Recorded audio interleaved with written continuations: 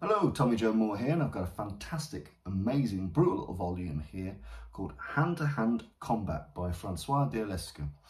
Again, this was sent to me by Naval Military Press, and it's one of their more fascinating and interesting volumes on World War II combatives. Now, Francois taught in World War I and World War II, and in between those years, military and civil audiences in things like boxing, wrestling, judo, jiu-jitsu, dirty fighting, the use of the bayonet, the use of the machete, the use of the garrote, essentially anything you can kill or harm another person with. Small Francois did it.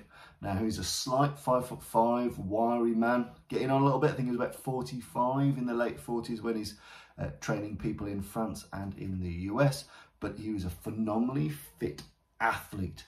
He taught American football, he taught basketball, and obviously he taught his gutter fighting, his dirty fighting. And he was immensely popular and beloved, and he is most notable for training the US Army Rangers. Obviously there's lots and lots of combative coaches in World War II, everyone from Jack Dempsey teaching the Coast Guard. I think there's a Joe Lewis boxing guide for naval aviators. We've got obviously our much beloved William Fairbairn coming over. There's loads, Kosnek, you name it.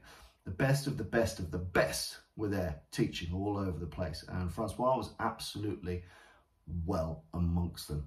Now, it's a fantastic little volume. It is phenomenally well illustrated. And sometimes in these older volumes, illustrations are much clearer and much easier to follow than the photographs of the time were. And whilst Naval Military Press, I'd say that their books have phenomenally well retouched photos, sometimes it is very, very helpful to have these guides if you want exact placement, pronation, supination, where to grip, what to do. So it's a handy little guide.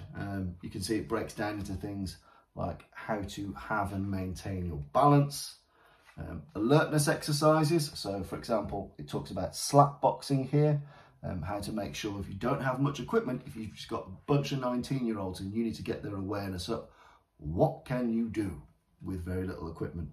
Then we've got classical techniques. So you'll see here, ubiquitous edge of hand blows and chops, kicks, scrapes, knees, how to absolutely Michael Flatley a man that's on the floor, all of these things. And then a bit like much of the other World War II materials, you start off with strikes, weak points, a temiwaza, as the trend with jiu-jitsu at the time.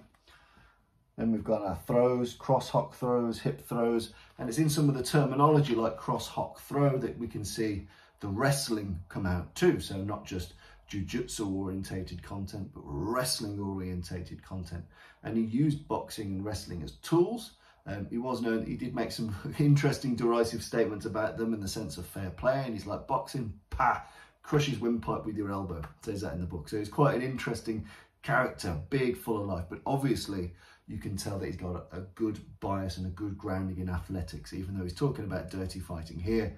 You need to be fit, you need to be strong, you need to be able to test it, you need to have people have to have trust in it, and that's where sporting applications like boxing, wrestling, fencing come into their own, as well as the mindset to get the job done in whatever way possible. You can see, again, kind of classical World War II style. We then move into counters to things. Counters to holds, to bear hugs, to grips, to strangles, to kicks, and all that sort of stuff. Quite interesting and notable here. A big focus on what you'd really need these skills for. It's very rare you're going to end up with a good guy, bad guy fight, completely unhindered, unmolested by other people with no weapons. Very unlikely to happen. But you can see here, silencing a sentry by boshing him over the head with the back of your helmet. Again, it makes sense. It's the stuff you've got to hand. So using the helmet, using the garrote to do this silently, because no matter what World War II guides tell you, it's very hard to put someone away silently with a knife. As per the records, people tend to scream a bit. Using things like the garrotes makes a lot of sense.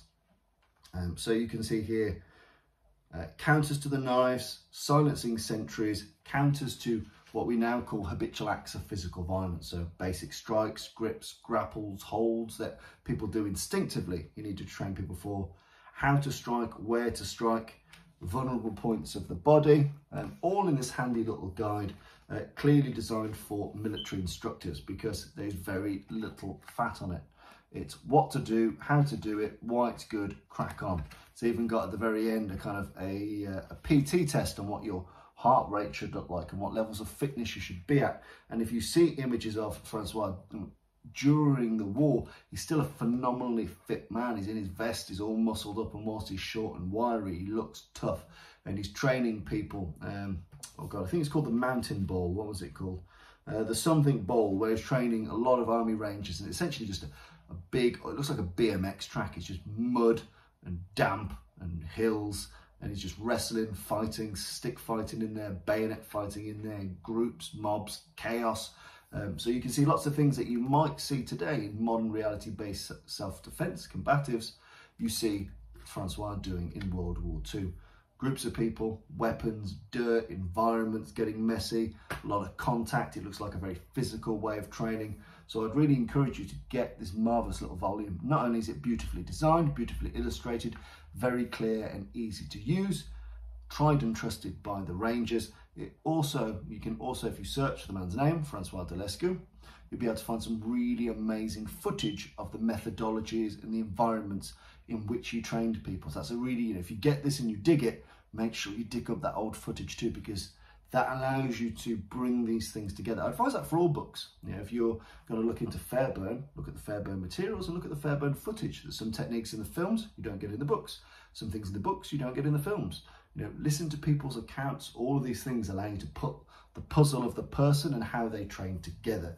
Because obviously most military books written by military men are short, sharp and to the point, and designed not for luxury bedtime training, but I learned that a day before you do. Right, let's crack on and let's do it, and we'll see if it works. That's the kind of rough and tumble that you're going to get from Francois Delescu. So really advise you look into his footage, his materials, and absolutely this marvellous book by Naval Military Press.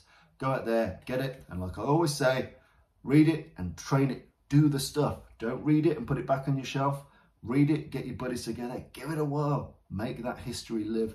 That's what he would want you to do. So get out there and get training.